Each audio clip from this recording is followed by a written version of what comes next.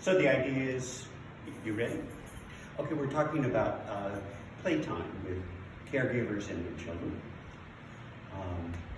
And you call some version, and I call it special playtime, but it could be called any version that you and the child come up with. And the main goal is that it's child-determined, child-led. And and you can say, when purely child-led, you can say, well, is this anything that you want to do? Except, and the one big rule is you can't hurt me or you can't hurt yourself. And with children that are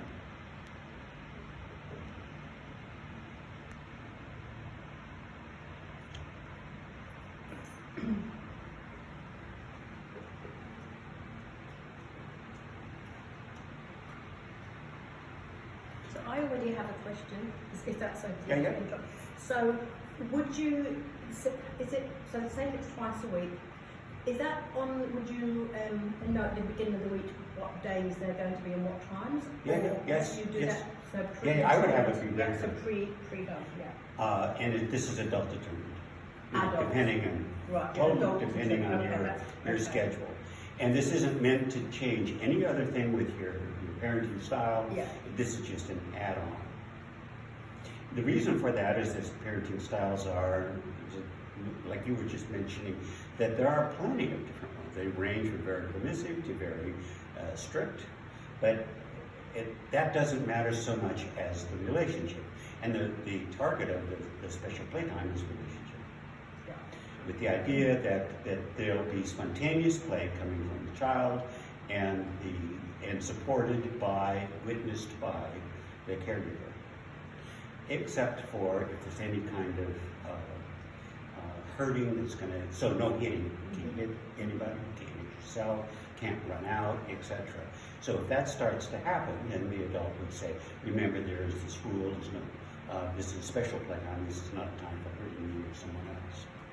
And I would give that directive just once. If it happens again, then the playtime is over.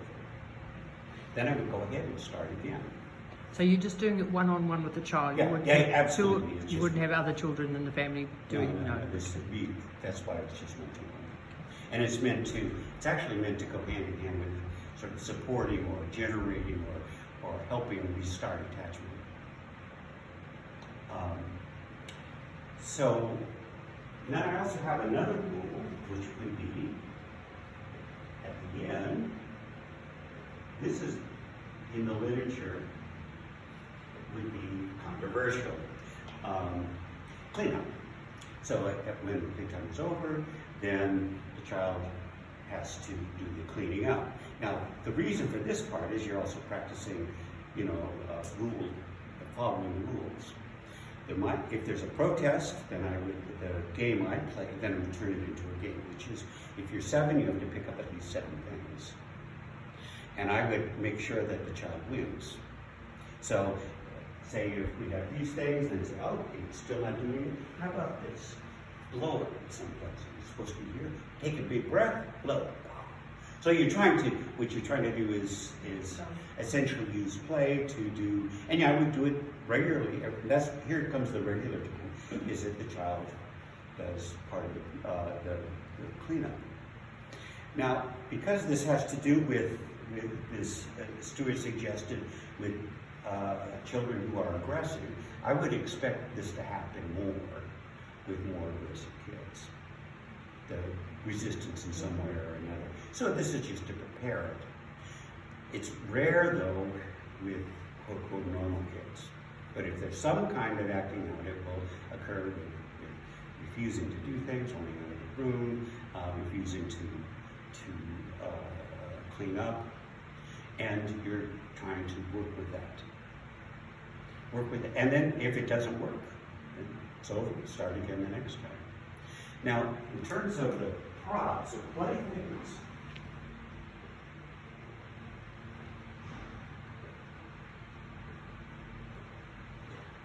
I personally, some play therapists would have a huge amount of variety of toys. I try to keep it really simple because mostly what I'm looking for is to help the child generate their own imagination and imagine a play. So, before you would start, you would identify, and usually you get some kind of a container, you bring it out for a special playtime, and then it gets put in, the stuff gets put in, and then is taken away. You can play with it during the, and the child and you can participate in what's going to be, what things are going to be in. So typical things are, I just brought some puppets, I brought a scarf with me today, we're going to do a little bit of it, and some art material. Other things that you might want to do before you start is actually go to the toy store. This one is just down on Devon Street, right by East End. Toy library? Yeah. Yeah, that's a great. So you could go pick out a few figurines, special figurines. I wouldn't get lots and lots of them because for that it's more things to clean up and it's more things to be frustrated with. But I pick out the main idea is that the play toys are represent a variety of things. So something that is can express anger. So dragons and snakes and danger and those things, saviors, and so knights, etc. And there's some kind of wise man or wise woman, that kind of thing. And that is 4 or 5 objects, and that's all.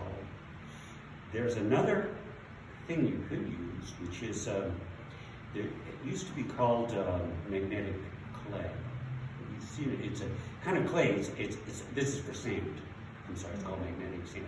But it doesn't spread, it doesn't go over, it doesn't stay together. I think I've seen it, yeah. And it's not too expensive. And I would get, to keep it cheap, I'd just get go into the garden store this time and just get a plant holder. Or some Tupperware, so it's a small little thing, put 2 or 3 of the magnetic sand in. And the magnetic sand feels good, and it doesn't spread. I mean, it sort of stays together. When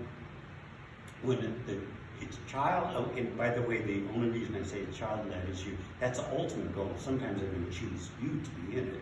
Sometimes the adult can choose to participate, but the idea would be as you follow the child's lead, as you would play partner. And the whole goal is to generate some kind of sort of intrinsic fun period of time. It's not meant to be therapy, it's not meant to come up with insights or problem solving, etc. You might get there, and in 2 or 3 months it might be a problem, and then you could say, well, do you want my advice? There's, the night is way over here, and there's approaching danger. What do you think you might do with it? But the idea is not to be teaching about life during this thing. It's meant to be, I'm on your side, and I'm here to support you. That's the tricky part of the adult interaction, because what we're trying to, this doesn't mean that the adult and the caretaker aren't giving plenty of advice and plenty of limit setting and all that outside of this, but you want to leave that outside and just do this, except for the hitting and hurting and cleaning up. Does that make sense so far? I can see choosing, depending on what the child is and the age of the child, what sort of toys you use to be, I wouldn't say the goodies and the baddies, but the dragons or the... Yeah, and there might be some cultural considerations, which is why going to Toy World would be, having the child pick out some things. Yes, okay. So you want it to be invested, and for sure the older, by the way, this is I'll talk a little bit about preteens and teens a little bit later, but this is 10 and under. Okay, yes.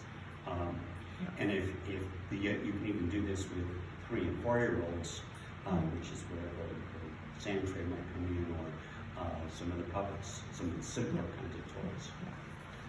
And the on the adult side of things, you're essentially, you can play whatever you want. This is your time. So, to give you an idea, Stuart has volunteered to be a play partner, and I've asked her not to pretend that she's a child. She's just going to come. She's pretty good at that. I've seen Stuart role play before. Oh, Stuart, I have to smile. You look like you've been electronically tagged. All right. Thank you, Midge. It's okay. That was her cycling band. So, right before I came, this was the biggest variety of puppets that I could find.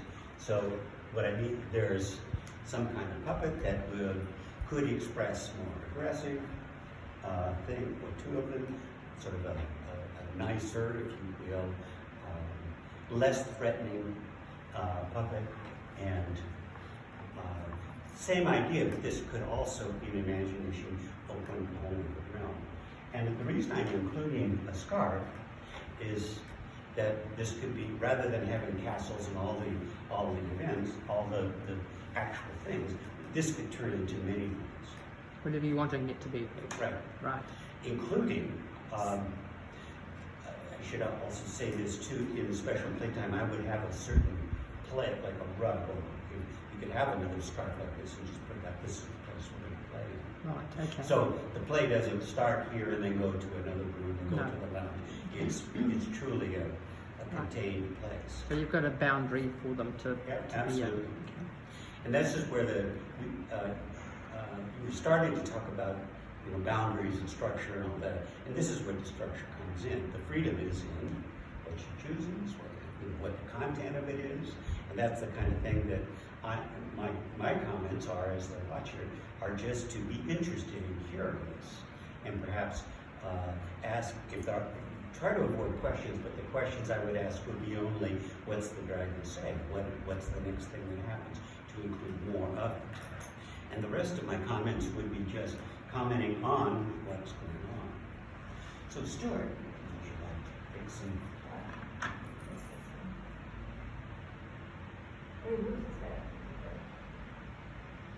Hello. So I'm Joey, and I'm a parrot.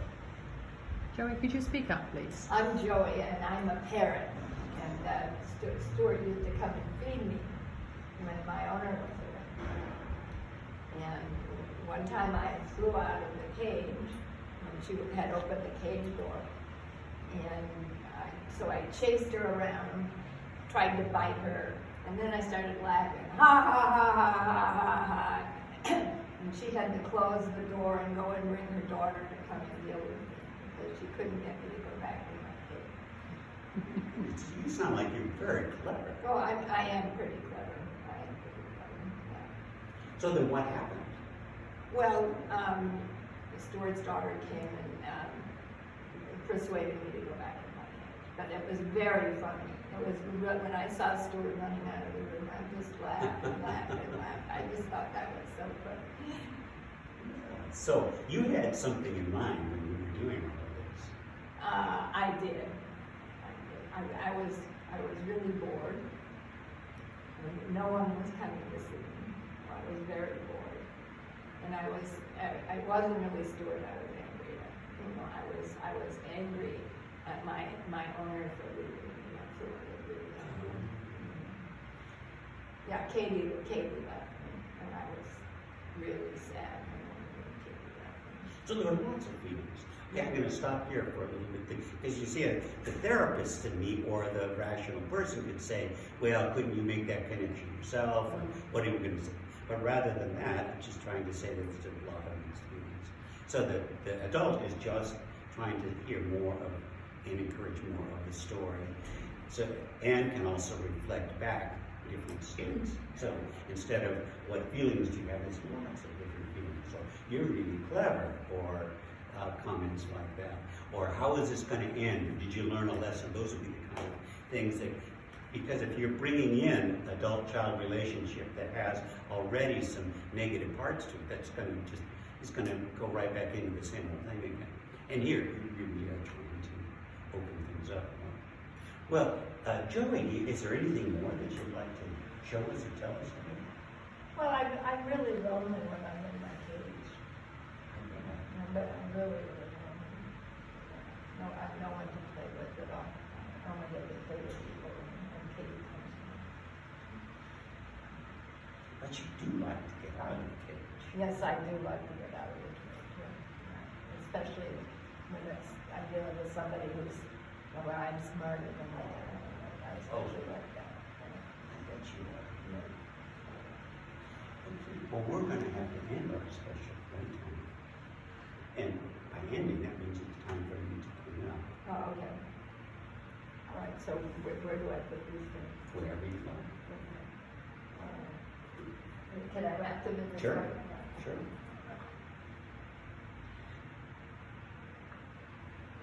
So rather than set some kind of rule where and how you have to clean up, as long as there's some kind of proactive effort, and most, believe it or not, most children will do this things. Stuart and I used to do this, by the way, with the children we were both at the DHB. Okay, so you've done this before with Stuart. That's good.